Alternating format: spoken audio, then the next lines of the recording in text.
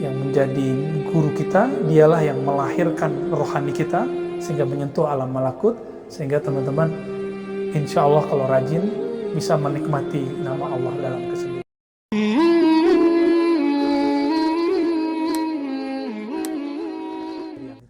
Mirip nggak kayak orang bilang kirim salam dong Mas Yanu? Mirip nggak? Nah ini yang mahal nih, karena Aisyah muridnya seorang nabi punya hak untuk bisa berdialog dengan Allah. Maka dalam dialog itu Allah menyebut Aisyah, kirim salamku buat kekasihku Aisyah. Gimana tuh? Bisa ya. Ini yang disebut mursyid hakiki. Orangnya kutub kalau bisa itu. Ada nggak hari ini? Ada, tapi nggak banyak. Mereka nggak akan lebih dari 313 sesuai jumlah dengan Al-Mahdi, tentara Al-Mahdi atau Ahlu Badar ya. Jumlahnya 313 itu. Dan mereka bisa dialog dengan Allah. Dialog dengan apa? Dengan kolbunya, dengan ruhnya. Apakah wahyu? Bukan. Itu bukan wahyu syariat. Itu kayak ilham aja. Gitu. Apa kata Nabi? Seandainya di antara umatku ada orang yang bisa berdialog dengan Allah, muhaddas gelarnya, lakana Umar. Maka dia adalah Umar. Hadis Sahih Bukhari kan? Berarti di Sahih Bukhari diakui bahwa ada sahabat-sahabat, ada umat Nabi yang bukan Nabi, tapi bisa berdialog dengan Allah Subhanahu Wa Taala. Dan rahasianya ada di surah Al-Fatihah. Ya, kalau antum bisa menguasai surah Al-Fatihah, di situ ada dialog dengan Allah Subhanahu Wa Taala. Taib. Fa'ahabbal abda rabbahu. Ya, ini dua maf'ul nih ya. Maka dia mengajak hamba mencintai Allah dan meminta Allah mencintai hamba. La mahala, wadzalika mirasut tazkiyah. Inilah warisan dari tazkiyah. Teman-teman, dalam surah Al-Jumu'ah ayat 2 itu ada ayat huwallazi ba'atsa fil ummiyina rasulan. Lalu ada karakter rasul itu. Apa karakternya?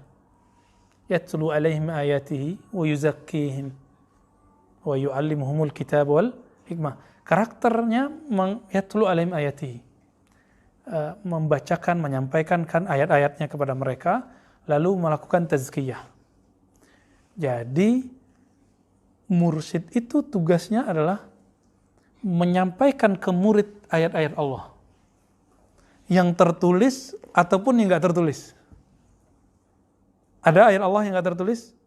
Banyak. Justru ayat Allah yang banyak itu yang nggak tertulis. Ya, benar nggak?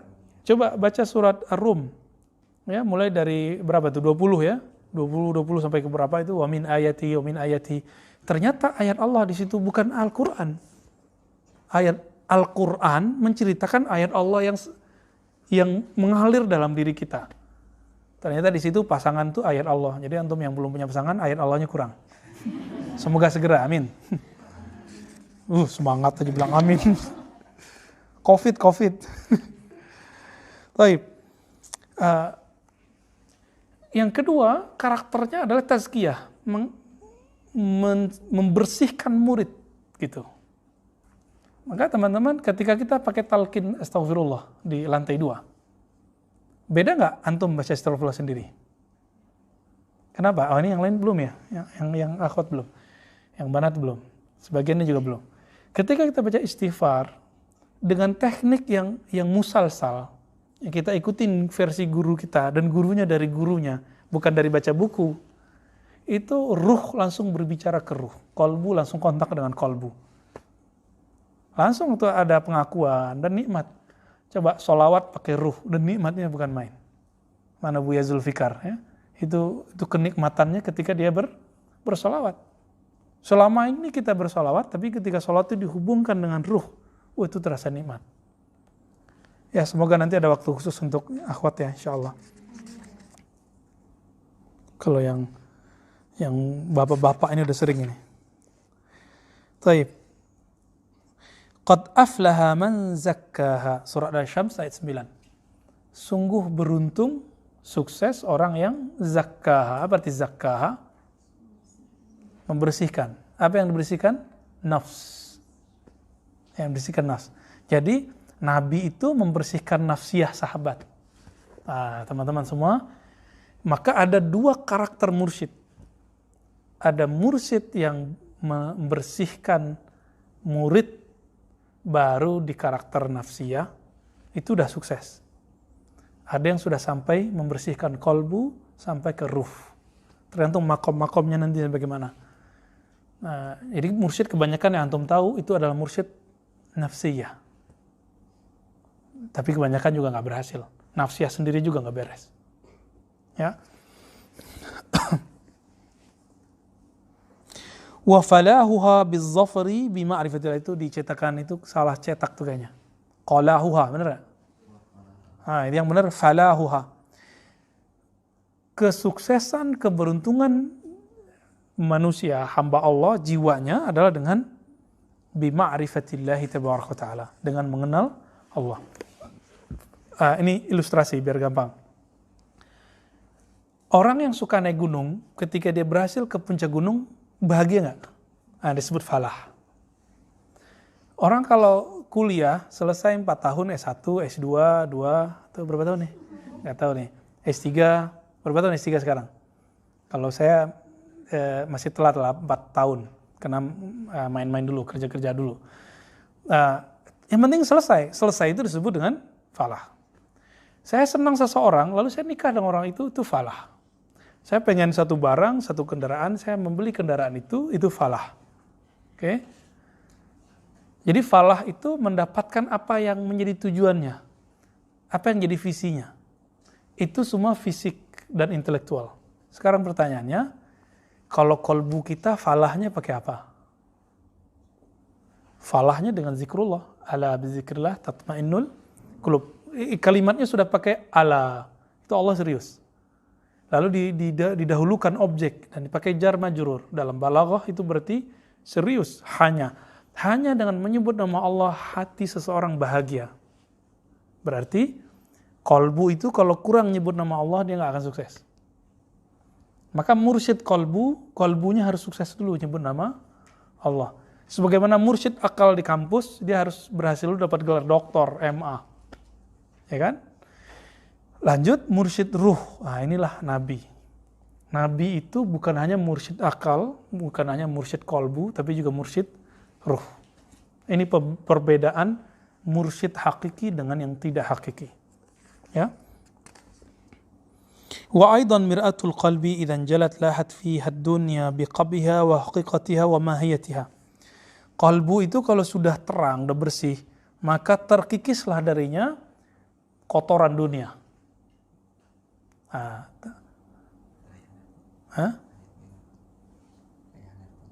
Oh, ditolak aja.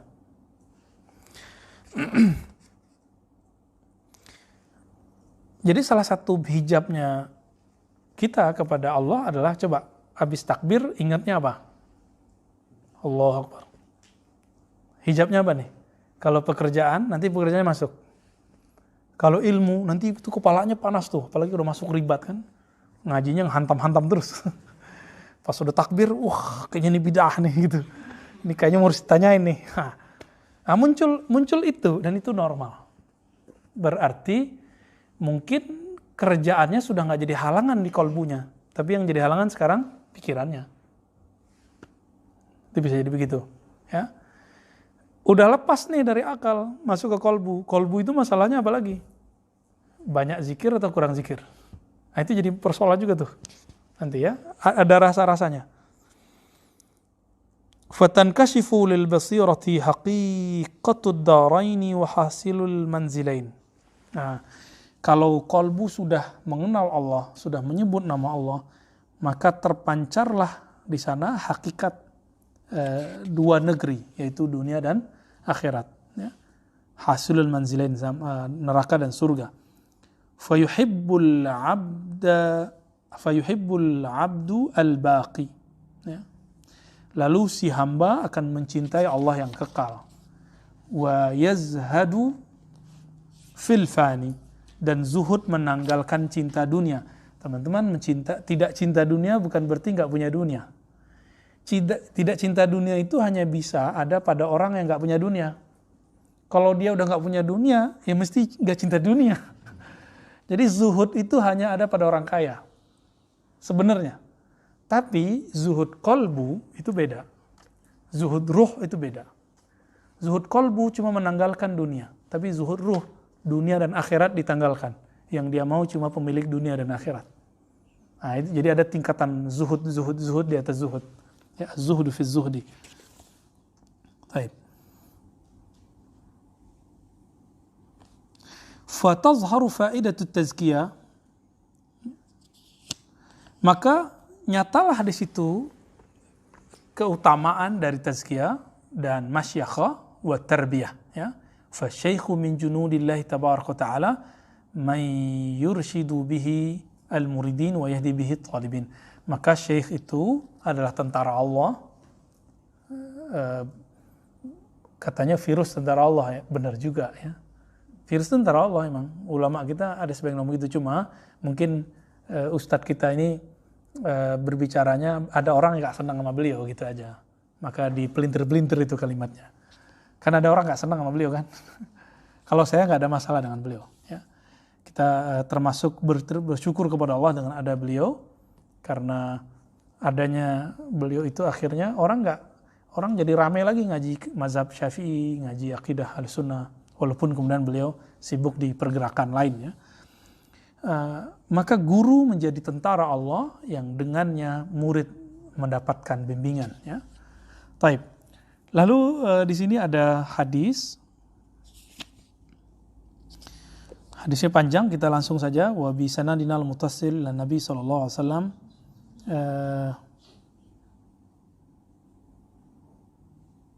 Qala hakian an rabbih. Qala Rasulullah sallallahu alaihi wasallam hakian an rabbih.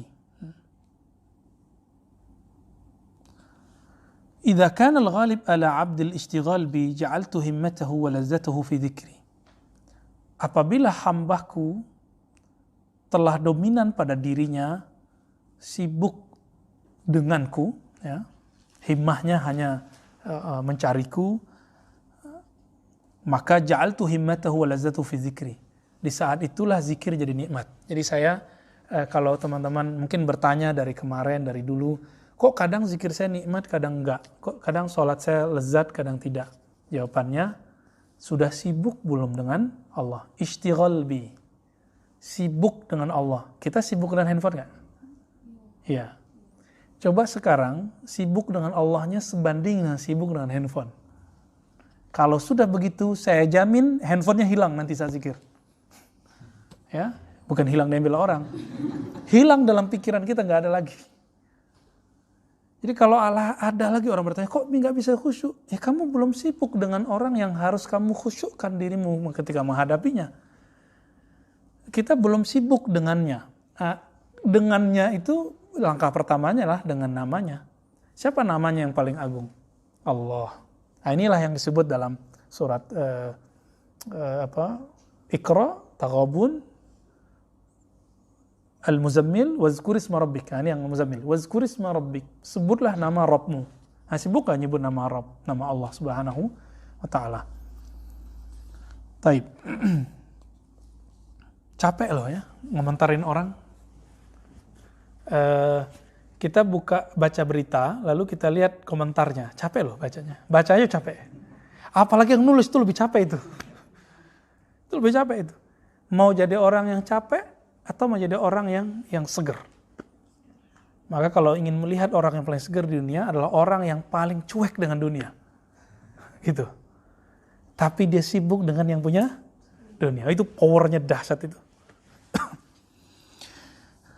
Fa idza ja'altu himmatahu wa lazzatahu fi dzikri ashiqani wa ashiqtuhu. Kalau dia sudah merasakan lezatnya zikirku, dia rindu di atas sajadah di malam hari. Dia rindu datang ke ribat.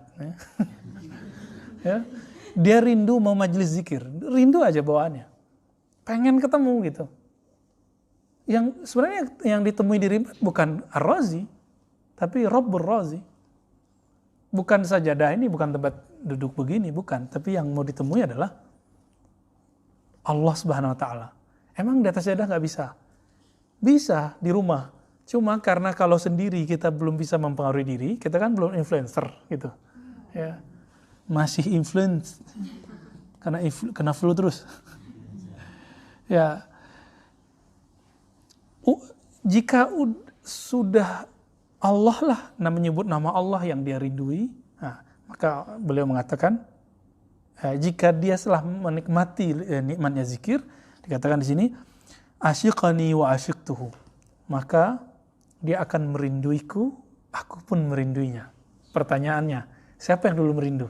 Hamba atau Allah? Zahir hadisnya hamba, tapi hakikatnya adalah Allah. Allah menyertai hamba dalam rindu kita, dalam rindunya.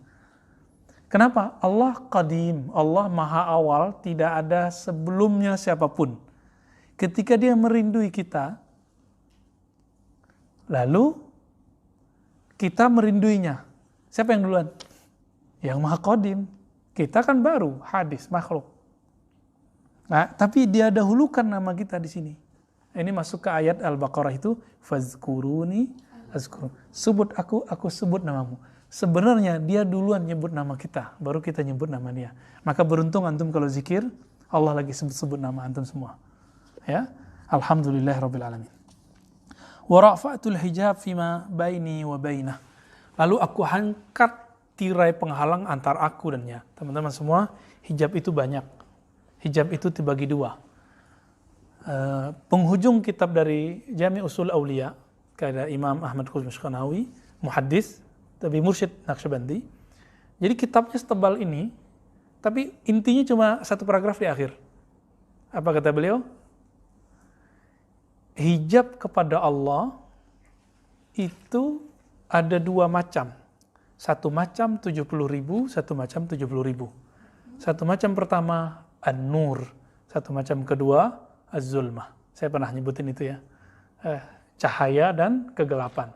Cahaya itu taat, kebaikan, kesolehan. Kegelapan itu maksiat. Jadi orang yang taat dan maksiat ini terhijab kepada Allahnya sama. Maka nanti coba lihat, ada orang taat belagu, sok suci. Ada orang maksiat dikit-dikit nangis. Sebut nama Allah nangis, istighfar nangis. Duluan mana yang nyampe nih? Kira-kira gitu. Saya udah sering bahas ini, mungkin udah lebih 5 kali. Ketika Allah mengatakan fawailul lil musallin, celaka bagi orang sholat. Sholat taat gak?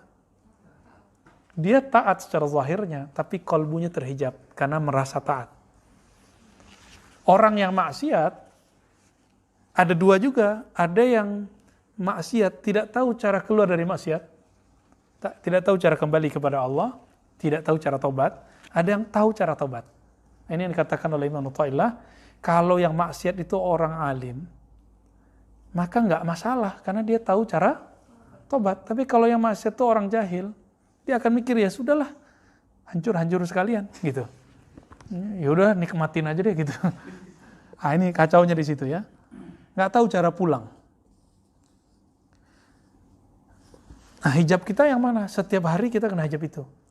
Dan hijab maksiat itu sebenarnya ketika orang taat, di dalam taat itu ada maksiat. Ketika dia merasa dirinya taat, itu dia bermaksiat kolbunya. Mungkin dia nggak maksiat secara zahir. Berilmu, ilmu itu hijab nur. Orang mengira ilmu mulia semua, belum tentu. Ketika dia berilmu, dia merasa lebih pintar dari orang lain. Satu orang, jadi saya ngerasa lebih pintar dari antum satu orang aja nih. Udah, saya langsung kemudian terhina di hadapan Allah. Itu sebabnya kenapa kita kalau ngaji kita istighfar dulu, baca Fatihah dulu, supaya itu bisa dikondisikan kolbunya, nggak merasa pintar. Jadi pintar itu hijab nur, tapi di dalamnya, jadi itu kayak berlapis, luarnya gelap, dalamnya cahaya, luarnya cahaya, dalamnya gelap, luarnya taat, dalamnya maksiat, luarnya maksiat, dalamnya taat, begitulah terus. Nah kita yang mana nih? Bijak-bijak aja berhijab ya. Baik. La yashu idza sahan nasa. Apa karakternya kalau sudah berkurang hijabnya? Tadi hijabnya 70.000 loh. Seorang nabi saja itu terhijab. Apalagi kita.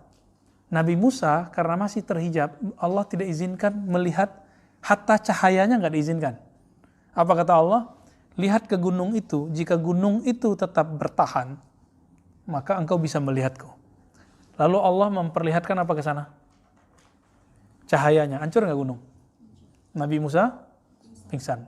Jadi beliau nggak melihat cahaya, hanya pantulan cahaya di gunung, udah pingsan. Itulah hijabnya Nabi Musa. Nabi Muhammad hijabnya saat di aras. Falamma qaba qausaini aw adna. Atau summa dana fatadalla. Jaraknya cuma dua busur. Tapi dua busurnya Allah. Bukan dua busurnya kita. Itu hijab terdekat hamba Allah dengan Allah. Itulah hijab Nabi Muhammad sallallahu alaihi wasallam. Maka Nabi ketika bertemu Allah di arsy itu ada jaraknya segitu doang. Nah, Nabi Musa, Nabi Ibrahim itu di bawahnya. Ntar Nabi yang lain di bawahnya. Kita nggak tahu di mana nih. Semoga kita nanti ngikutin Nabi Muhammad sallallahu alaihi wasallam. Amin ya. Banyak-banyak sholawat. Apa karakter kalau hijab sudah terbuka? Meskipun tidak semua. La yashu idza sahannas. Ketika orang lalai, dia nggak lalai. Gitu. Orang lagi asik cinta dunia, dia nggak asik cinta dunia. Dia lagi di dunia, tapi nggak asik dengan cinta dunia. Ulaika kalamuhum kalamul anbiya. Mereka kalamnya adalah titisan warisan para kalam para nabi sallallahu alaihi wasallam.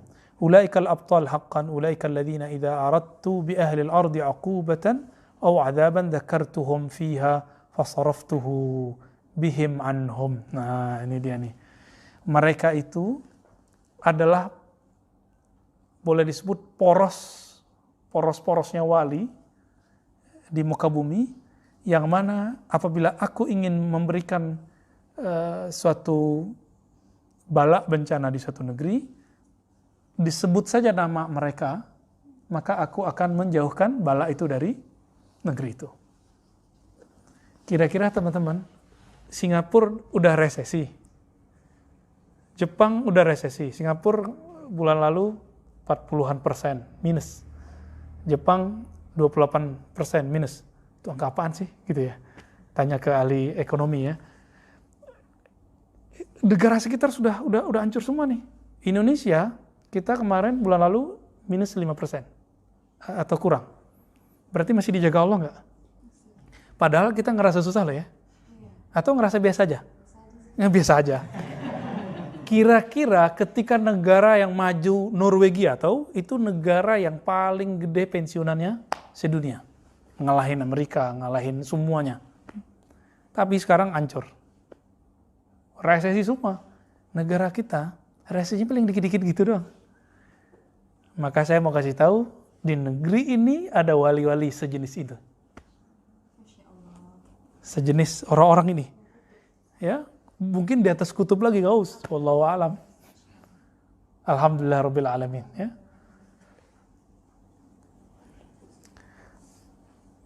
Nah, kembali ke kalimat di belakangnya sedikit. Ada ayat. Qala Allah Ta'ala, Ulaika alladhina hadallahu fabihudahum iqtadih. Fabihudahum iqtadih. Ya. Ulaika alladhina hadallah. Mereka lah yang Allah beri hidayah. Fabihudahum iqtadu. Ya. Fabihudahum iqtadih. Ya. Maka dengan hidayah mereka, hendaklah kalian ngambil pedoman, ya, ngambil petunjuk. Apa kata beliau? Fal masyayikh lamahtadu ahallu lil iqtida' bihim. Para masyayikh itu ketika mereka menjalani jalan hidayah, barulah saat itu mereka berhak untuk diikuti. Jadi kenapa syekh itu jadi mursyid? Karena dia setelah menjalani jalan hidayah, ya. Waju'ilu ya, a'immatal muttaqin, dan mereka menjadi para imam orang-orang bertakwa. Baik, nah ada sedikit lagi yang mau kita bahas. Wasirru fi wusulis salik ila ratbatil masyayikha. Nah, meskipun antum nanti nggak bergelar syekh mursyid, tapi makomnya kalau bisa nyampe. Amin. Mau nggak? Makom kolbu para wali. Mau nggak? Walaupun kita nggak perlu ditulis syekh mursyid, gitu, nggak perlu kan? Nggak perlu antum itu dapat gelar doktor, profesor sebenarnya. Yang penting ilmunya dapat profesor. Bisa nggak? Semoga bisa. Apa kata beliau? Sir, rahasia seorang salik. Salik itu sebutan murid untuk dalam tradisi sufi. supaya sampai ke makom kewalian ini, anna salik ma'murun bisiyasatin nafsi mubtala bisifatiha. Bahwasannya murid diperintahkan untuk bersiasat dengan dirinya. Lagi jam 3, jam 4 tuh dirinya pengen tidur atau apa? Tidur. Nah, siasat dengan diri gimana? Ya dilawan tidurnya. Ketika Senin, Kamis, makanya pengajian kita bukan hari Senin, bukan hari Kamis. Lemes pastinya. Itu orang banyak makan, siasat dengan diri apa? Puasa. Gitu. Di saat orang asik ngomongin politik yang negatif, dia ngomong politik yang positif. Kayak gitu, ya. Itu siasatun nafs. Mubtala bisifatiha, karena si murid diuji dengan sifat-sifat nafsiyah. Nah, ibtila itu adalah hadiah dari Allah. Bukankah ujian skripsi bagi orang-orang kampus itu ditunggu-tunggu? Ya, saya paling kecanduan dulu ujian skripsi, ujian disertasi, tes itu paling seneng. WIP gitu paling seneng. Walaupun teman-teman saya pada nggak seneng. Tapi teman-teman yang nggak seneng itu, walaupun nggak seneng, dia menginginkan nggak? Tuh. Walaupun kita nggak ingin diuji, tapi kita mesti diuji gitu. Kira-kira begitulah. Wala yazalu yasluku bisidqil muamalati hatta tatma'inna nafsuh. Jadi seorang murid itu senantiasa digembleng agar mempunyai sifat sidik dalam bermuamalah sehingga jiwanya mutmainnah. Ya. Mutmainnah itu yang kita sebut jiwa konstan, stabil. Jadi dia tuh udah nggak akan begini-gini lagi. Bukan berarti dia nggak pernah maksiat, bukan berarti dia nggak akan pernah berbuat salah, bukan. Tapi di dalam dirinya itu ada kestabilan. Nah ini yang mau kita cari.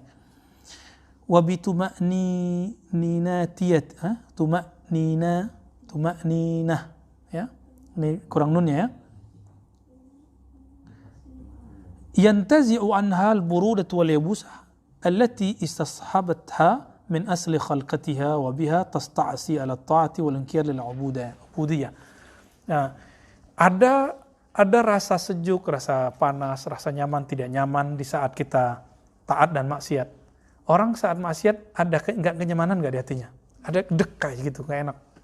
Ketika taat ada kenyamanan, bolak-balik begitu. Ini mau ditanggalkan tuh sisi nafsiyahnya.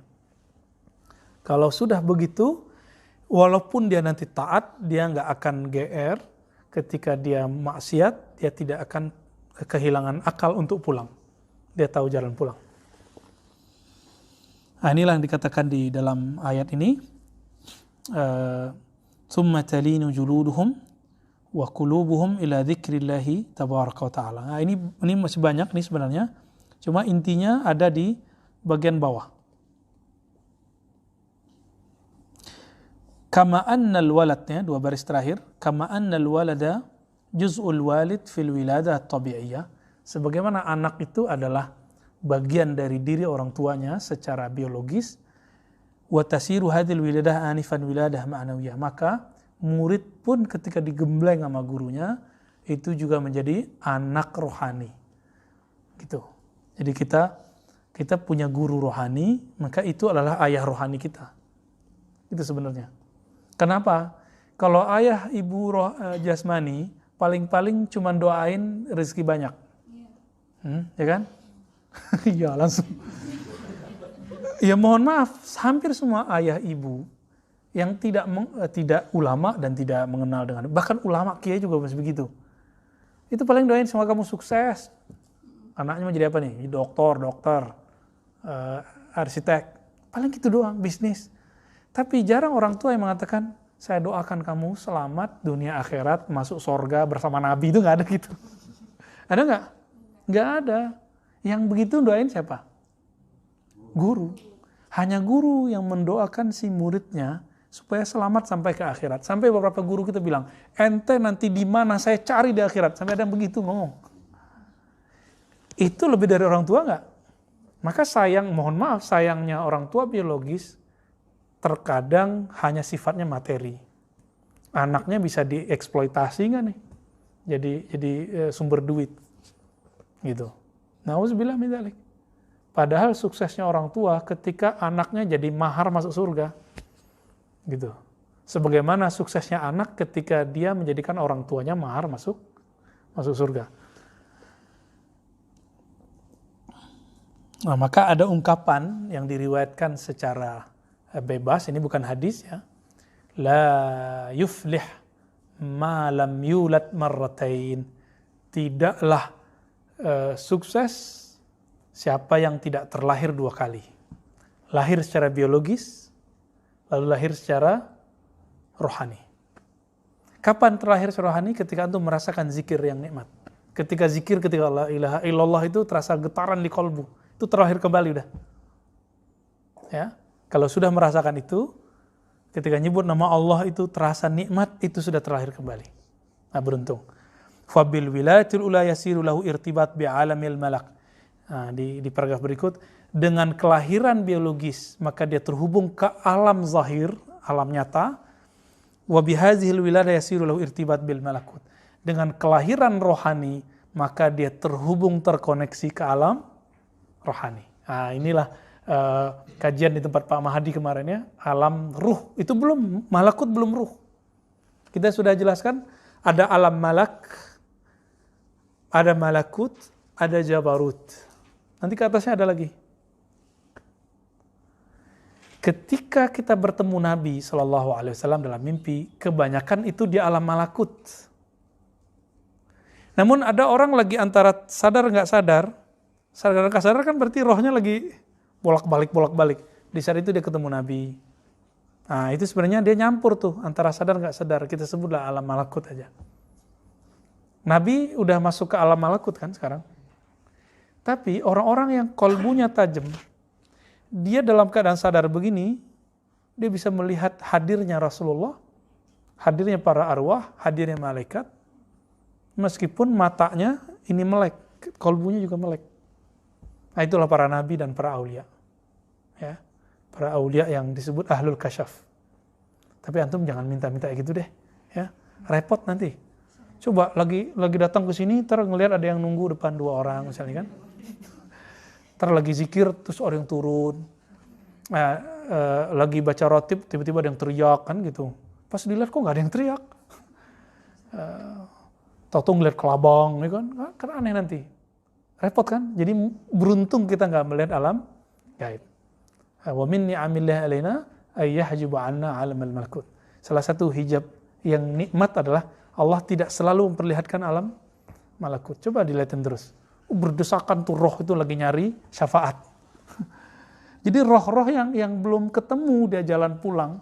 Jadi semua orang yang meninggal tuh belum masuk ke sana itu. Dia lagi nyari tempat yang bisa ngasih dia syafaat. Tapi dia nggak yang kita sebut roh gentayangan, bukan. Pocong jalan-jalan, bukan. Dia lagi nyari. Sebagaimana di dunia itu orang mencari guru yang bisa mengenalkan dia ke Allah, benar nggak? Sama, nanti kalau nggak ketemu di dunia, dia nyarinya di alam barzakh. Nggak ketemu di alam barzakh, dia nyari nanti di padang mahsyar. Maka di padang mahsyar, hadis yang sahihnya, semua umat cari Nabi Adam. Nabi Adam bilang, nggak, saya nggak bisa. Kalian aja keluar dari surga karena saya, kan gitu kan? Terus Nabi Adam ke siapa? Nuh ke Ibrahim, Ibrahim ke Musa, Musa ke Nabi Muhammad. Dalam riwayat yang kedua ditambahkan Nabi Isa. Namun as-sahih tidak ada Nabi Isa. Itu yang sahih sebenarnya. Walaupun lafaz yang kedua Isa itu sahih, tapi secara makna matan itu tidak tepat. Nah, setelah Nabi, baru kemudian semua Nabi dapat izin. Berarti SK syafaat para anbiya itu ada di tangan Nabi Muhammad SAW. Apa kata Nabi Musa? Ya Allah, jadikan aku umat Nabi Muhammad. Antum belum doa nggak? Dulu doa nggak? Nggak doa kan? Sekarang dijadikan umat Nabi Muhammad. Tuh Nabi Musa cemburu tuh. Beruntung nggak kita tuh? Jadi jangan lagi sesali, kenapa saya lahir zaman sekarang, kok zamannya COVID. Susah nih nikahnya, jangan gitu lagi. Taib. Kira-kira itulah kita gantung di sini. Para syekh hakiki itu yang menjadi guru kita, dialah yang melahirkan rohani kita sehingga menyentuh alam malakut, sehingga teman-teman insya Allah kalau rajin bisa menikmati nama Allah dalam kesendirian itu. Ya. Sallallahu ala Nabi Muhammad subhanakallahumma asyhadu an la ilaha illa anta astaghfiruka wa atubu ilaik. Assalamualaikum warahmatullahi wabarakatuh.